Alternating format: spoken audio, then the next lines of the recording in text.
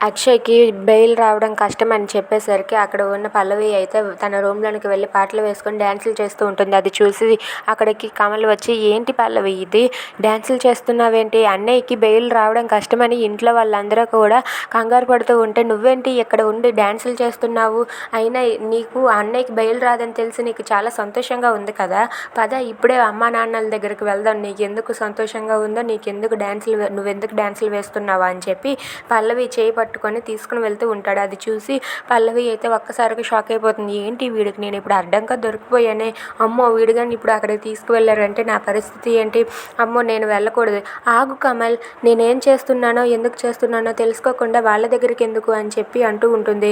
ఏంటి నువ్వు డ్యాన్సులు చేస్తూ ఉంటే నేను చూస్తూ ఉంటానా, అయినా అన్నయ్యకి అలా ఉందని తెలిసి ఇంట్లో వాళ్ళంతా కూడా బాధపడుతూ ఉంటే నువ్వేంటి ఇక్కడ డ్యాన్సులు చేస్తున్నావు అని చెప్పి కమల్ అంటాడు.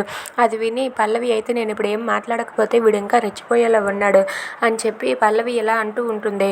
నేను ఎందుకు డ్యాన్సులు చేస్తున్నానో నీకు తెలుసా, నాకు బీపీ అనేది ఒకటి ఉంది. ఆ బీపీ వచ్చి నాకు నరాలు చిట్లిపోయి నేను ఏమైపోతానో అన్న భయానికి డ్యాన్స్ చేస్తున్నాను.